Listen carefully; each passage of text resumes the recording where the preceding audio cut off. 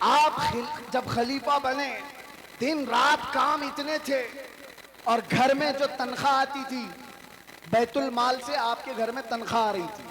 یہ پہلی مرتبہ سارے صحابہ نے بیٹھ کر کے فیصلہ کیا کہ خلیفۃ المسلمین کو کچھ تنخواہ مقرر کر دی جائے تاکہ وہ خلافت کے کاموں کو خوشی سے انجام دے سکے.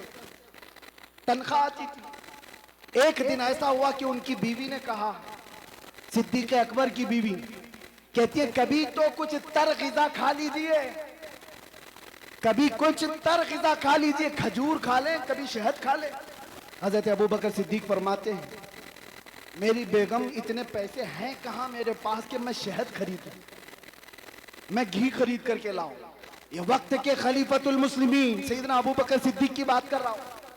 بیوی نے کہا آپ مت گھبرائیں, میں نے جمع کر کے رکھے ہیں, میرے پاس ہے, میں لا کر کے دیتی ہوں. حضرت ابو بکر صدیق نے کہا لاؤ. آپ کی اہلیہ نے ایک پوٹلی میں کچھ پیسے رکھے ہوئے تھے, لا کر کے دے دیا. حضرت ابو بکر صدیق نے گنا, وہ کچھ سکے تھے. پوچھا یہ تیرے پاس کہاں سے آئے؟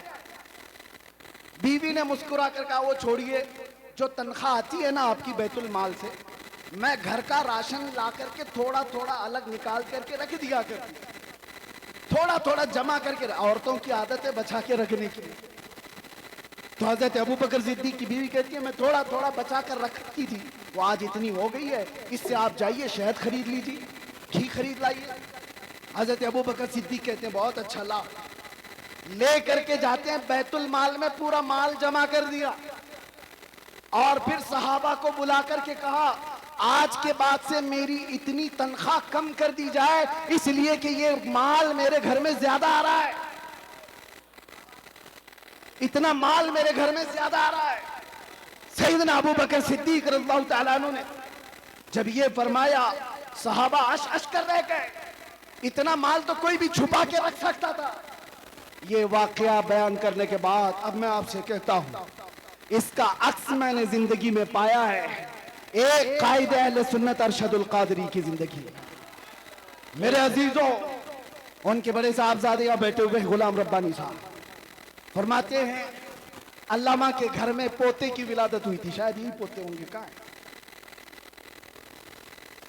پوتے کی ولادت ہوئی تھی اور ان کی والدہ چھٹی منانا چاہ رہی. چھٹی ہوتی ہے مدرسے سے متصل مکان ہے, تو چھٹی جب ہو رہی ہے عورتیں کچھ کھانا پکانا کر رہی ہوں, تو دیگ کی ضرورت تھی پانی جمع کرنے کے لیے. تو ان کی والدہ محترمہ علامہ کی اہلیہ مدرسے کے مطبخ سے وہ دیگ منگوائی سیکریٹری سے یا کسی سے بول کر کہ آج ہمارے گھر میں کچھ فنکشن ہے, اس میں پانی جمع کرنا ہے, یا جو بھی منگوا کر کے اپنے گھر میں رکھا اور پانی بھرا. پانی آتا بھی نہیں تھا جیسے وہ بتاتے. اچانک دوپہر کو یا جس وقت آمد ہوئی علامہ ارشد القادری کی گھر میں, انہوں نے دیکھا پہلی نظر میں, اپنی اہلیہ سے پوچھا یہ کہاں سے آیا پانی, اور یہ دیکھ تو مدرسے کی لگتی ہے. اہلیہ نے کہا ہاں گھر میں آج چھٹی ہے, پوتے کی ولادت ہوئی, میں نے منگوا لیا. آپ نے ٹھوکر سے پورا پانی ادھر گرا دیا اور کہا فوراً کے فوراً لے جا کر کے مدرسے میں جمع کرو, اور جتنی دیر اس کا استعمال کیے اتنی دیر کی رسید کاٹ کر کے مدرسے میں جمع کرو, اور کوئی چھٹی پٹی نہیں ہوگی گھر کے اندر. اگر قوم کی امانت کا 1 روپیہ بھی میرے گھر میں استعمال ہوگا, میرے گھر میں استعمال ہوگا تو وہ میرے لیے حرام ہے, حرام. یہ صدیق اکبر کی ذات سے لیا ہوا پہلو تھا, صدیق اکبر کی ذات سے لیا ہوا پہلو تھا. میرے عزیزوں آج حالات تو بہت الگ ہیں. اب کیا بتائیں, ہم اس میدان کے آدمی ہیں, یہ سٹیجوں کی, اور یہ سٹیج اور یہ پروگرام کتنے کمرشل ہو گئے ہمیں پتا ہے. دل نہیں کرتا, ابھی لوگ اس پر دھندا کرنے لگے ہوئے ہیں. بزنس ہوتے ہیں, ٹھیکیداریاں ہوتی ہیں, علماء کی قیمتیں طے ہوتی ہیں, شورا کی قیمتیں طے ہوتی ہیں. 1 گھنٹہ بیان کرنے کا وہ اتنا لے گا, 1 نعت پڑھنے کا وہ اتنا لے گا, سارا کمرشل ہو گیا. اور وہ ایک ارشد القادری ہیں, ایک ارشد القادری. کئی دن ان کے گھر میں فاقے چلتے رہے, خودداری ایسی تھی کہ کبھی گھر کی بات باہر نہیں بتائی، باہر نہیں بتائی، خودداری ایسی تھی۔ اور آپ بتاؤ مولانا لوگوں کوئی بھی ہو، انگلینڈ جانا، امریکہ جانا، ان کے سب کے خواب ہوتے ہیں، کون نہیں جانا چاہتا؟ امریکہ چلے جائیں، انگلینڈ چلے جائیں، یورپ چلے جائیں۔ اور علامہ کو اس زمانے میں انگلینڈ، امریکہ، ساری دنیا پر جانے کے بہت موقع فراہم ہوئے، ایک بار نہیں کئی بار۔ اور اس وقت مجھے بتاؤ انگلینڈ میں، امریکہ میں یا یورپ میں کوئی ایک بندہ ایسا ملے جو یہ کہے ہم نے ارشد القادری کی جیب بھر دی تھی؟ نہیں، جو انہوں نے وہاں سے لیا وہیں کی زمین پر کوئی ادارہ بنایا اور واپس چلے آئے۔ یہ قیادت تھی۔ لندن کی سرزمین پر انہوں نے پہلا جب ادارہ بنایا تھا، مفکر اسلام علامہ قمر الزمان خان اعظمی رحمۃ اللہ دام ظلہ العالی حفظہ اللہ ورعاہ ابھی بھی موجود ہیں۔ علامہ ارشد القادری کی زیر نگرانی کتنے سال انہوں نے خدمات کی۔ وہ خود بیان فرماتے ہیں کہ وہاں پر مسجد کی ضرورت تھی، ایک چرچ بک رہا تھا، تو چرچ کے منتظمین ان کے پاس چلے گئے علامہ کہ ہمیں بیچ دیجیے۔ کوئی ہمت کرتا ہے، اور وہاں کے حالات الگ ہیں۔ چرچ والوں سے اس وقت کے 50,000 پاؤنڈ میں وہ خرید و فروخت ہونی طے پائی۔ آپ نے بڑی مصلحت کے ساتھ اس سے بات چیت کر کے 40,000 پہ راضی کیا، چرچ خریدنے کی بات کی کہ مسجد بنے گی ہے۔ اور اس وقت جانتے ہو سب سے حیرت کی بات میں یہ کہہ رہا ہوں، علماء حوصلہ رکھو، حوصلہ۔ علامہ ان کے آس پاس وہ نئی جگہ ہے، ان کے لیے نیا علاقہ ہے، لوگوں کو منتخب کیا اور کہا یہ خریدنا ہے، اور جو ٹوکن دینا ہوتا ہے شروع میں، آپ کیا کہتے ہیں اس کو، ایڈوانس دینے کے لیے اس وقت علامہ صاحب کے پاس جو پیسے تھے وہ صرف 500 پاؤنڈ تھے، اور 40,000 پاؤنڈ کی خریداری کر کے آئے۔ کس کے بھروسے؟ اس ارشد القادری کا توکل بھی ویسا ہی تھا جیسا غریب نواز ہندوستان آتے وقت توکل لے کر کے آئے۔ قدم رکھنا ہمارا کام ہے، میدان بنانا میرے مولا کی شان۔ قدم رکھا، اور ایک نہیں دو نہیں، دسیوں مساجد اور ادارے انگلینڈ کی سرزمین پر قائم ہیں۔ ورلڈ اسلامک مشن جو علامہ ارشد القادری کی بنائی ہوئی تنظیم تھی، جو پوری دنیا میں، ارے ہم ازہر میں تک دیکھا، ہم نے دیکھا جامعہ ازہر تک وہ چلے گئے۔ صدام یونیورسٹی جب بن رہی تھی اس میں بھی آپ کا بڑا کردار ہے۔ بغداد گئے، تہران گئے، کتنے ممالک کے سفر کیے، اور جب ان کو اپنے بھولے بھالے جوانوں کا درد ستاتا تھا کہ یہ تبلیغی جماعت کے چکر میں پڑ جائیں گے، تو دعوت اسلامی کا قیام بھی آپ کی ایمان پر ہوا تھا۔ علامہ ارشد القادری رحمۃ اللہ تعالیٰ علیہ کا۔ اور ایک بات یہ بھی میں بتاتا ہوں، وہ تحریک خوب پھل رہی ہے، پھول رہی ہے، اور پھلے پھولے، لیکن کسی تنظیم اور تحریک کے پھلنے پھولنے میں اس کے بانی کے اخلاص کی بہت زیادہ ضرورت ہوتی ہے، اور وہ اخلاص ارشد القادری کا ہر جگہ پر نظر آتا ہے۔ حافظ ملت کا ادارہ یوں ہی قائم نہیں ہے۔ سیمنٹ اور گارے کی عمارتیں بنانا بہت آسان ہے، اشرفیہ بنانا آسان نہیں ہے۔ کیوں؟ صرف عمارتیں بنانے کا نام آپ مت سمجھ لیں ادارے ہیں۔ اس کی ایک مثال میں آپ کو بتاؤں، کعبہ کتنا ہے، کتنے بائی کتنا ہے، آپ جا کے ناپ کے دیکھ لو۔ آج ہندوستان میں کوئی بھی ہو، ایک چھوٹا سا مڈل کلاس کا آدمی بھی اپنے خرچے سے، جتنے میں اس کا گھر نہیں بنتا اس سے کم خرچے میں کعبہ بنا سکتا ہے۔ 4 کونے بنانے، نہ کوئی ڈیزائن کرنا ہے، نہ کھڑکیاں، نہ اندر ڈیکوریشن، بن تو جائے گا۔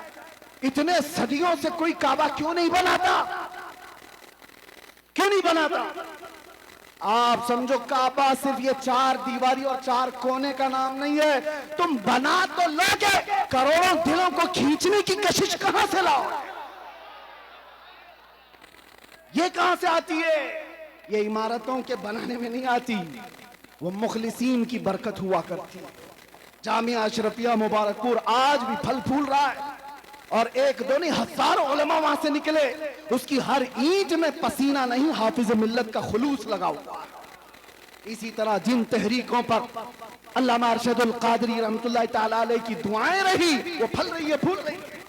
اخلاص جس کے اندر لگا رہے گا اس میں برکت بھی زیادہ رہے گی، تادیر و قائم رہے گا۔ یہ چند باتیں تھیں۔ اب ایک اور بات علماء کے سلسلے میں، علماء رحمۃ اللہ تعالیٰ علیہ ان کے اصلاح کا طریقہ دیکھا۔ ان کو بھی اپنے زمانے میں کچھ لوگوں سے شکایتیں تھیں، تو انہوں نے اسٹیج پر آ کر کے گالی گلوچ کر کے اصلاح نہیں کی۔ ان کو بھی بہت سارے لوگوں سے کئی مسئلے ہوئے، لیکن ان کے خطوط گواہ ہیں کہ انہوں نے دوسرے علماء کی اصلاح کیسے کی۔ ان کے لکھے ہوئے خط آج بھی گواہ ہیں، جب ان کو کسی کی اصلاح کرنی ہوتی تو کیا لب و لہجہ استعمال کرتے تھے۔ یہ امت کا درد رکھنے والا کہہ سکتا ہے، امت کا درد رکھنے والا۔ ایک واقعہ اس پر شاہد عدل ہے۔ بقی بن مخلد ایک بڑے محدث اندلس کے رہنے والے، انہوں نے تقریباً 1300 صحابہ کی حدیثیں کتاب میں جمع کی تھی۔ مسند بقی بن مخلد وہ ضائع ہو گئی۔ بقی بن مخلد کا میں ایک بار آپ کو تذکرہ سنا دیتا ہوں تاکہ اب یہ علماء کے لیے مسئلہ، اس ذمہ دار اسٹیج سے مجھے ایک پیغام دینا تھا۔ بقی بن مخلد کو ایک شوق تھا زندگی میں، وہ امام احمد بن حنبل سے ملاقات کا، ان سے حدیث سننے کا۔ تو اندلس سے اسپین سے چل کر کے نکلے، پیدل چلتے تھے آپ سفر میں۔ تقریباً 1.5 سال کے بعد آپ بغداد پہنچے، 1.5 سال سفر کر کے آئے۔ کتنے ہزار کلومیٹر کا سفر ہے اندلس سے بغداد۔ بغداد آنے کے بعد پتا چلا کہ امام احمد بن حنبل کو حکومت کی پابندیاں ہیں، پولیس کا گھیرا ہے، ان کو بیان کرنے پر پابندی۔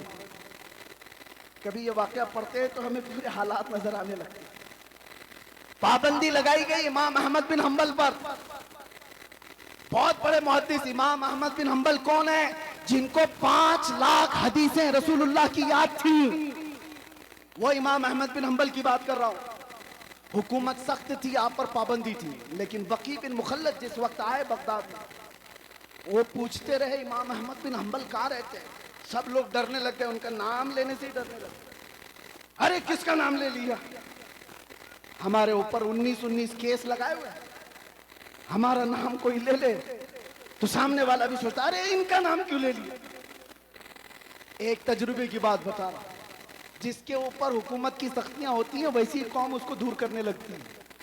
اس کے ساتھ نہ بیٹھو، میرے اوپر بھی کیس ہو جائے۔ بقی بن مخلد پوچھتے رہے، کوئی بتا نہیں رہا تھا۔ کچھ لوگوں نے کہا، انہوں نے پوچھا کیا کوئی اور محدث ہیں یہاں پر جو حدیثیں سناتے ہیں؟ کہا ہاں ہے نا۔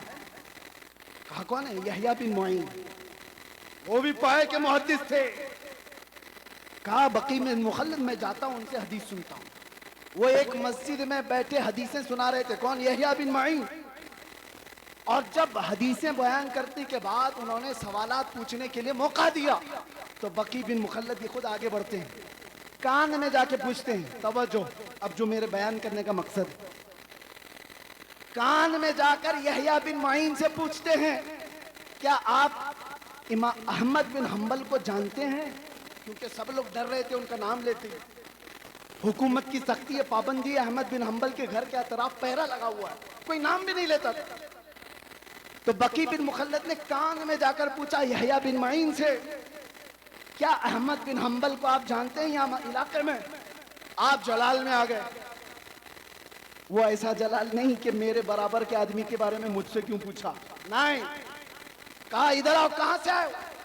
کہا اندلس سے چل کے آیا ہوں۔ کہا جو بات تم پوچھ رہے ہو وہ کان میں پوچھنے کی نہیں، مجمع عام میں پوچھو۔ احمد بن حنبل کے بارے میں کان میں مت پوچھو، پورے مجمع میں پوچھو۔ ہاں پوچھو۔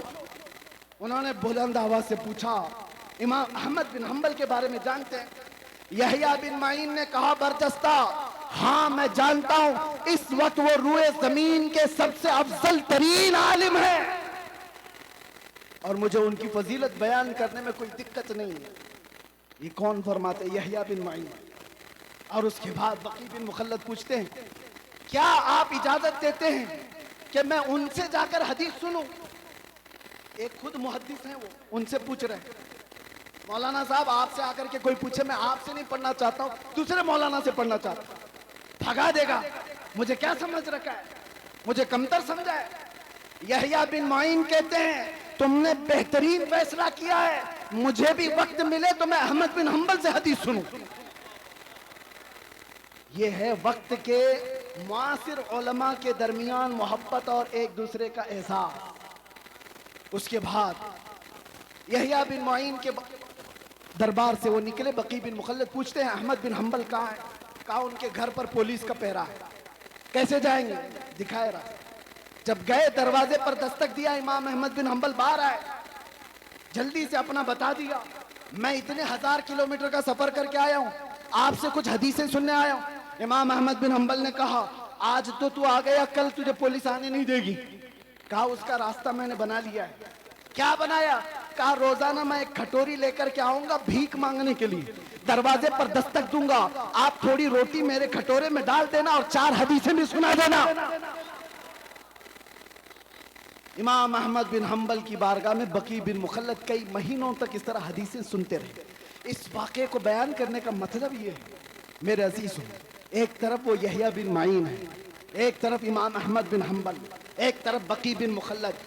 حدیثوں میں یہ سب بڑے بڑے محدث ہیں، کوئی کسی کے اندر یہ احساس نہیں ہے کہ میں اس سے چھوٹا ہو جاؤں گا، اس سے بڑا ہو جاؤں گا۔ بقی بن مخلد چل کر کے حدیث سیکھنے آ رہے ہیں، یحییٰ بن معین خود بتا رہے ہیں کہ جاؤ امام احمد بن حنبل کے پاس۔ یہ شان ہم نے دیکھی ہے سرکار مفتی اعظم ہند میں بھی، یہ شان ہم نے دیکھی ہے حضور حافظ ملت میں بھی، یہ شان ہم نے دیکھی ہے علامہ ارشد القادری کی حیات۔ آج اگر نفسانیت سے باہر نکل آئے تو آپ میں سے کوئی پیر صاحب اگر یہ کہہ دیں تو بڑی بات ہے آج کے زمانے میں کہ جائیں ہم سے افضل پیر ہوا ہے ان سے بیعت کر لو، بہت مشکل ہے۔ بہرحال یہ سب مسائل چھوڑ دیں نوجوانوں، تمہارے لیے صرف ایک بات ہے، آج جس طرح یہ خالی خالی نظر آ رہے ہیں، علماء کے اپنے مسائل ہیں، معاشی مسائل، حکومت کی سختیاں، اور ہم تو ٹھہرے اسی پاگل کہ آج پکڑیں پھر کل پکڑیں، پتہ نہیں کیا کیا حالات ہوں، لیکن ان حالات میں اللہ تعالیٰ تمہیں تنہا کبھی نہیں چھوڑے گا۔ یہ امت مصطفیٰ کو صبح قیامت تک رہنا ہے، صبح قیامت تک یہ آباد رہے گی۔ ٹینشن اسلام کے ختم ہونے کا نہیں ہے، آپ کو ڈر یہ نہیں پالنا ہے کہ قرآن ختم ہو جائے گا، اسلام ختم ہو جائے گا، کبھی نہیں ختم ہوگا۔ ٹینشن اس کا لینا ہے کہ اسلام کا کچھ نہیں ہوگا، قرآن کا کچھ نہیں ہوگا، اللہ ان کا محافظ ہے۔ تمہارے اپنے ایمان کا کیا ہوگا؟ یہ بہتے ہوئے سیلاب میں چلے جاؤ گے یا زوردار آندھیوں میں تم اپنا ایمان بیچ دو گے؟ آج کے حالات اس بات کا سوال کرتے ہیں نوجوانوں، تم اپنا ایمان اتنا کمزور نہ کر لو کہ تمہیں وقت کی دولت مند خرید لے، تمہیں کوئی ڈر خرید لے، تمہیں کوئی ڈرا دھمکا کر کے ایمان سے دور کر دے۔ اتنا کمزور ایمان مت پالو۔ اب ہمارے پاس قائدین بار بار نہیں آئیں گے، واعظ و نصیحت کرنے والے بھی نہیں آئیں گے، ہو سکتا ہے مدرسے آگے چل کر کے مشکلات کا سامنا کریں، یہ ممبر کی بھی عزتیں داؤ پر لگی ہوئی ہیں، آج یہ سجا ہے کل کیا پتہ، اللہ صدا قائم رکھے، شاد رکھے، آباد رکھے، لیکن باطل قوت ان کی نظریں اس پر ہے۔ اس لیے میں آپ سے کہتا ہوں ایک چیز ہے جو 100 سال پہلے ہمیں امام احمد رضا فاضل بریلوی دے کر کے گئے تھے اور یہ سنا کر گئے تھے، جس کے پاس یہ ہوگا اسے فکر نہیں ہوگی، ڈر نہیں ہوگا۔ آپ سب کو ایمان پہ مرنے کی فکر ہے یا نہیں؟ سب کو ایمان پہ، اسلام پہ دنیا سے جانا ہے کہ نہیں جانا ہے؟ لیکن کیسے جاؤ گے؟ بڑے بڑے ڈرتے ہیں اس بات پر کہ آخری وقت کیسا آئے گا، لیکن اعلیٰ حضرت بریلوی والے کہتے ہیں ایک بات یاد رکھ لو، تمہارے لیے پکا ہے کہ اسلام کے ساتھ جاؤ گے، وہ کیا ہے؟ انہیں جانا، انہیں مانا، نہ رکھا غیر سے کام، للہ الحمد میں دنیا سے مسلمان گیا۔ لبیک یا رسول اللہ، لبیک یا رسول اللہ، لبیک یا رسول اللہ۔